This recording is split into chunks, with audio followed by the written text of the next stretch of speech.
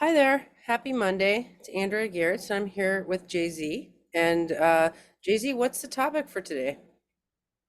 Oh, today's topic again is gender, but we're going to come at it from a more philosophical, what is gender perspective. Nice. So you're kind of in charge. So I'm like your wingman today. So tell me where we're going here. All right. Well, the reason I've been thinking about gender lately is because I've been doing some studying of Hermeticism. And Hermeticism has like these seven principles, the seven foundational principles. Like the principle of mentalism, which is like everything is really in your mind. Principle of correspondence, which a lot of people know in the realm of like as above, so below. You know that one, Andy? Mhm. Oh yeah, of course. Yeah. Then the third one is the principle of vibration. The fourth is the principle of polarity. The fifth is rhythm. The sixth is cause and effect. And the seventh is the principle of gender. Hmm. So let's see. And then I guess when we're talking about gender, I guess you always have to kind of make the distinction of like by gender, do you mean like gender as in sex and sexual reproduction, or gender in a more philosophical sense? And I'd like to come at it from the latter today. Okay. So gender as a well, so sex from a biological perspective, it would be called sex, right? Like that, like we don't get, there's no such thing as a biological gender. I mean, there's a gender ascribed to certain biological components. Um, but gender is kind of philosophical no matter how you look at it because Hmm. it's construction, right? Yeah, gender, like procreation, right, is the principles behind gender are like creating something. So I guess that's where the sexual gender, where people ascribe like a male and a female come together to procreate, to create something, right? And you have one being that you call male and the other being that you call female. Okay. Or things are created by a bringing together of these two opposite forces where you categorize like half the things on this side and half on the other. Okay. So, and I don't know, I guess so there's also some kind of fluidity when it gets to translating things to the physical plane of like, well, what things do you consider on the male side, or what things do you consider on the female side? And I think it has to do with this like characteristics of like the masculine um forces versus characteristics of feminine forces. Okay. So, D- okay, keep going. no, what were you going to say? Oh, so it kind of in procreation, you were just showing me the meaning of gender, and it was coming from the word generate or genesis or the root like geno, which is to create something. And so gender would be a thing that has been created in a certain way. So it's like we're talking about creation in general. So like you can engender something, which would be to give it form, kind of, I think. But then you're also talking about there's like these created classes of kind of like yin and yang or feminine masculine, there's kind of we've kind of classified things that are created into certain genders, right? And then I feel like you're also speaking to when creation occurs, there's often a masculine and a feminine force that come together that engender something. Is that all kind of what Yeah, you're talking about? yeah. Well, the my understanding of the hermeticist, Hermeticists, I guess, hermeticism. uh, is that the point is that you need the two sides in order to create anything. Interesting. And so it's not so much splitting them into the two things. into the two kind of categories, which is I think what we humans kind of try to do is like, is that a boy? Is that a girl? Like, because we're trying to split things into two categories. And I think it's because in order to create anything, you need the two pieces, the yin and the yang. That's so fascinating. Like no one's ever proposed to me a reason for binaryism. Like that's actually a cool reason to have a binary gender, poles is like it's true. When a male and a female, an XX and XY person get together, a human can be born. And it does require a male and a female progenitor, I guess you could say. Like that's actually cool. Like because you could apply that to the creation of other things. Like maybe you'd say like if you don't have enough Mars energy, you can't create anything. You might have Venus energy, which is like beauty and creativity, but without Mars, there's not enough passion to actually create something. Like so you could actually look at that from an esoteric perspective. Yeah, I think so. I was going to ask you about the Mars and Venus, and I want you to keep bringing that up, like the astrological kind of like categorization of these qualities, right? Okay, so the way that I understand this is about like, so let's talk now about like mental gender, because you and I are also studying manifestation theory right now. Mhm. And so if you were to categorize these into the two categories, and I can kind of say some things about what is they're saying is in one category or other, right? So in the humanity, there's kind of like the I, like I am, but the I am is like all of me, all parts of me. And then when you start thinking about it more, there's like, well, there are kind of two parts to me. There's like the universal part of me, and then there's the, oh, I'm specifically like this part of me. And when you separate those two, you separate it into kind of like your consciousness and your subconscious. So in the things that I'm learning about manifestation is you have this consciousness, this will, this like, this is what I want. And like this is like your force of nature. And I think this is kind of corresponding to what you're saying about your Mars energy. Yeah. Yeah, you have to, if you want to make anything or manifest anything, you and I are learning that you have to want something. And I think it would be the more masculine or yang or martial parts of us that want something. Like men are seen to be as like go-getters, like go out in the world and attack the world, right? Whereas like a yin person might just sit back and wait for the world to happen to them, right? Kind of. Mm-hmm. Mm-hmm. Yeah, so it's like the consciousness side with their will is the kind of like expressing want side. And now the other side is the what would you would traditionally say the feminine receiver side, right? The receiver side also, interestingly enough, is likened to the subconscious.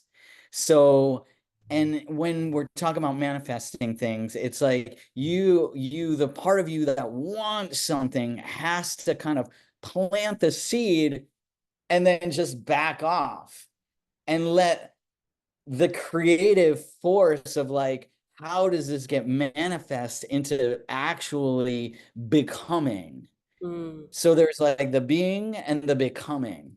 Interesting. So, no, I want to go back to like the whole soul seed, like the I am versus like the I am. And I think like we can always do that. We can say like I am a soul seed. I'm like a seed of light and I have no gender. I am just a tube of light basically that's then extruded through my chart and my chakras, which has some genders to it, right? It's like, so I like that we can take gender out of the equation and say, like, I am one in everything and nothing all at once, and I have no gender. And then we can also apply an interface of our chart and say, I have genders, right? Like, so I just want to go back to that. I just thought that was cool. So, okay, then just speaking to this, I like what you're saying because, like, in selling, like if you oversell, that kills the sale. Like that would be like too much Mars energy. Like, check out my class, check out my class, check out my class, check out my class. And people are like, I am not checking out that class. Like, forget that class. You know what I mean? But if you like plant the seed and let the yin energy take over and people think about the class and germinate on the class and then want the class and long for the class, then that's like the perfect like manifestation mix of like, you know, I think both genders or all genders together are probably the perfect manifestation, you know. Yeah, like, so I see what you're saying. Like, or and if there's too much yin where you're just like sitting there like, um, I get there's a class happening, but I'm not going to tell anyone about it, and I'm not going to like say I want anyone in my class. I'm just going to have a class, and like then nothing would happen there either. So I think, you know, it sounds like what you're saying is that there's this like perfect mix of like going out and then receiving or being passive and being active. Ah, yeah, exactly. And I like what you were saying about like, the light is like doesn't have just one of the parts, it has all of the parts to it, right? And that's true too with like in a human, you can do things by yourself. You can create things by the two parts of yourself, your masculine parts and your feminine parts, right? And Mm. so you can't just like bluster through everything and be, just only argumentative and like tell everybody what to do, but you also have to receive, and you have to do things with yourself as well. Interesting. So, like in one cycle of the moon, like going around our chart, you know, when the moon's in Aries, that might be an active moment for us to take action on whatever it is we're rolling around. Like, let's say it was like this video that we're making. So, when the moon goes through Aries, it's like time for you to like write some notes and decide what you're going to talk about. And then when the moon goes into Taurus, it's time for you to sit back and receive some information from the universe about what you might want to include. And then when moon goes into Gemini, which is more yang and active again, then you start writing some more notes. And then when the moon's in Cancer, you maybe like just chill at home thinking, or like, so it's like we could dance between those two in one cycle of the moon around our chart. And I love that idea. I've never thought of that, is like we can, I've never thought of this idea that it's the perfect mix of masculine and femininity that make creation possible, and that like that I could dance with, you know. So what would you make of a chart that had all yin like placements? Like it was a Pisces moon with a Taurus sun, and you know, Mars was in Taurus kind of weak, and Jupiter was in Cancer. Like, what if everything was yin? What would you do about that chart? Well, I guess I would read my remediation book and figure out what to do. But it does seem like through like maybe synastry, you'd involve another person who had different qualities in you, and then like together you could work on projects in which like each of you had, contributes more from one side or the other to Yeah, balance it out.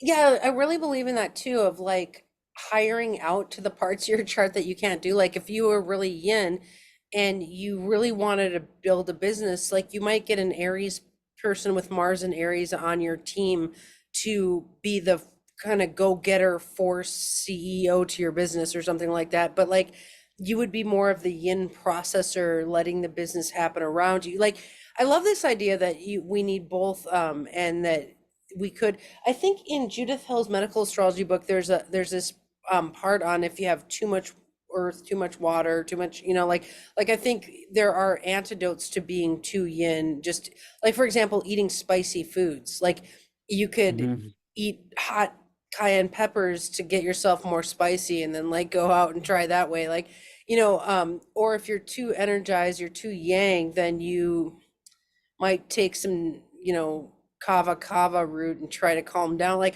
I don't know. I think there's also this idea of balancing one's own chart. But I like that Hmm. idea of working with another person, but acknowledging like you're the yin to my yang, and like when I'm gonna go yang when the moon hits my Aries stuff, and then it's time for you to give your yin approach when your Taurus stuff comes up. And I think actively listening to both sides of the equation equally is kind of the key there of like honoring both sides equally. Hmm. Well, I think too, right? So you're talking about your natal chart, but there's also the chart of the moment, right?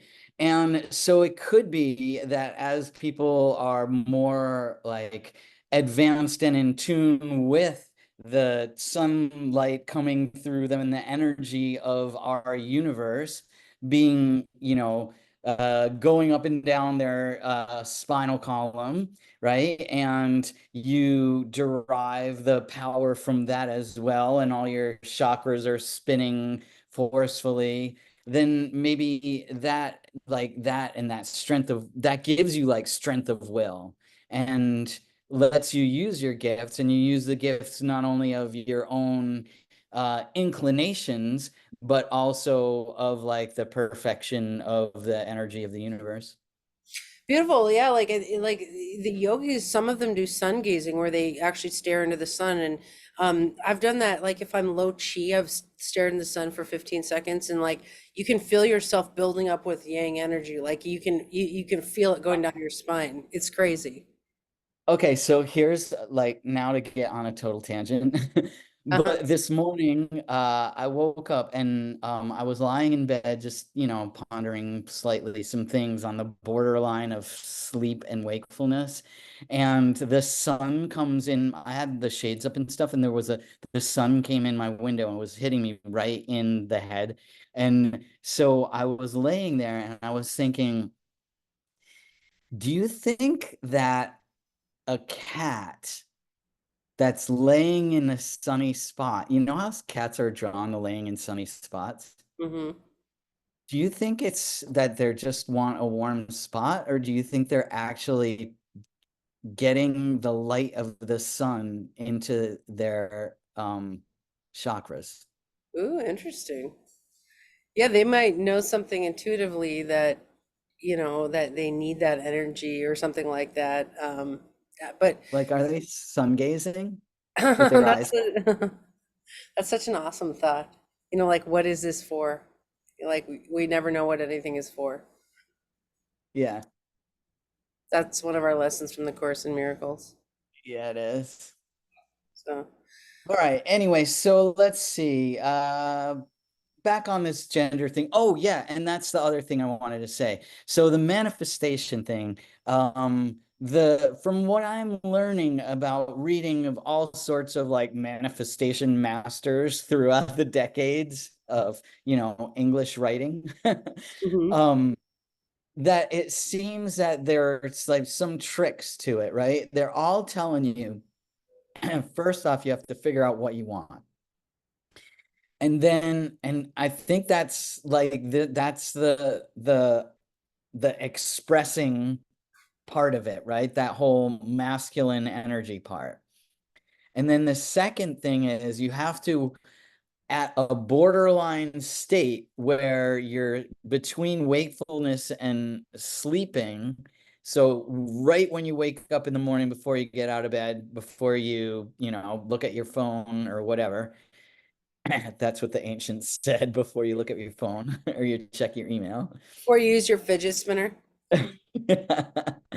uh, or the other border, which is at night as you're lying in bed about to drift off to sleep. That's when the masculine consciousness energy can speak to your feminine receptive subconscious energy and communicate what it is that you really want, and then let it go. And then during the other half of the night, when you're, in dreamland, your subconscious is working it all out. How is it going to happen? And that's what, then maybe in dreams or other ways, maybe it's like checking out all the possible, running through all the possibilities in the computer that is your brain, right? And then forming all the right synapses to actually make that thing happen.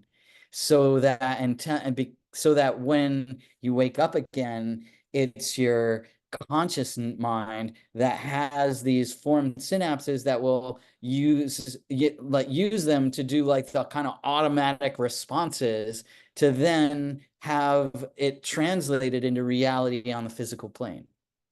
Interesting.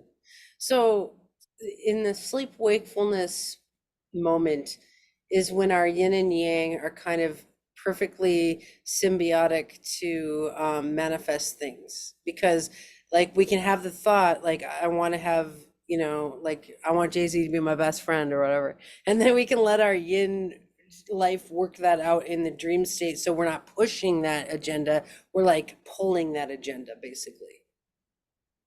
Yeah, that you'll do things in your everyday life to support actually making that thing happen. And I think that's why people who like worry when they're going to sleep, then they have these nightmares or bad dreams because their subconscious says like, "Oh, you want me to think about that? Okay." And then keeps like running through all these scenarios. And then you wake up, you're like, "Oh my God, I'm having a bad dream of just the thing that I feared." Interesting. Yeah, yeah. You do have to be careful what you think about in manifestation theory because your yin force will take that and start working on it. You know what I mean? Yeah, and really make it happen. Yeah, totally. Yeah, I think a masculine thing to do is take the bull by the horns. You know what I mean? And say like, I'm not gonna think that, I'm gonna think this. And like that's the strength of manifestors is they take their thoughts by the horns and they change them. Oh yeah, yeah. And I definitely think that's true. Like if you are having a dream or realize you're having a bad dream, you gotta wake up and shake it off, you know? And on the other side too, like if I what I've been trying to do lately is if I realize I'm waking up, I'm just waking up, I start going through my list of wants that I write down in my journal every morning. Uh and I let myself linger in bed. Maybe Mm. that's just an excuse to linger in bed, but just like kind of half dreamily thinking of all the things I want. Interesting. I love how your lesson for us today has to do with masculinity and femininity in regards to manifestation. Like what a cool lesson on gender. One of the things that bums me out is when I taught at this one school, like there was a lot of people fighting for gender in that school, and I'm totally all for gender. Like I love gender being celebrated, right? But it's like there was a lot of squashing of like you can't say this word, you can't say masculine, you can't say femininity.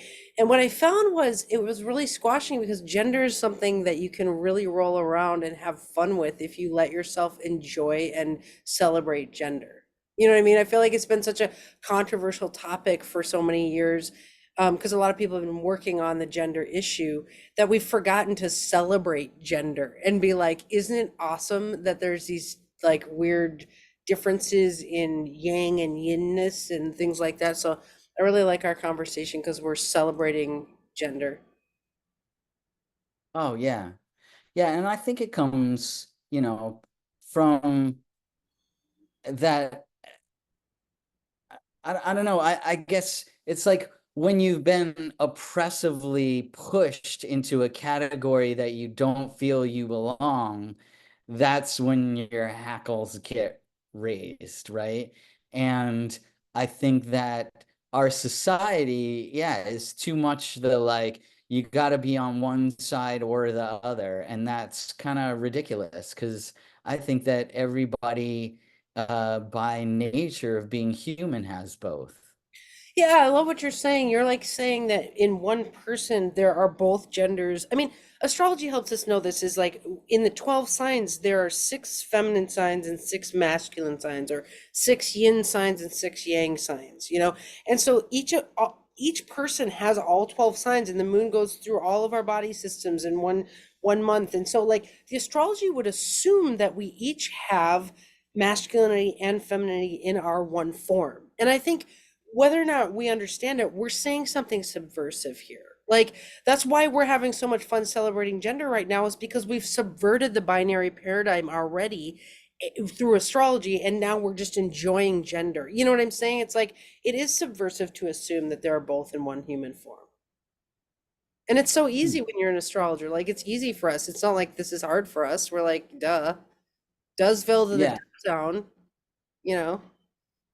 So I feel like I'm always getting yelled at as an astrologer because someone didn't realize how subversive astrologers are. I'm like, oh, did you not know that we absolutely already knew there was multiple genders in one person? Like we already knew that. Sorry. An astro Stop yelling radicalist. at me, Andy. Yeah. I'll yell at you later. I'll yell at you when the sun gets to our Mars Mercury conjunction. Ooh, that'll be fun. Yeah. Yelling at you is the closest I get to hugging you because we're so far away. Oh, it's true. I have my dolls downstairs or over there I could be too far hugging your away. doll right now. Okay, do Yeah. you have another lesson for what does gender have to do with vibration? Oh, well, I think we should wrap it because that's really, I'm not sure what else to say. I think that vibration, if we want to talk about vibration in a separate episode, we should definitely. Okay, so today's episode was the lesson that in manifestation theory, we want to use both the masculine and femininity in us to perfectly dance into a manifestation. Yes. All right. Yeah. That's creation for you right there. All right. Well, thank you, Jay-Z. All right. Thanks, Andy.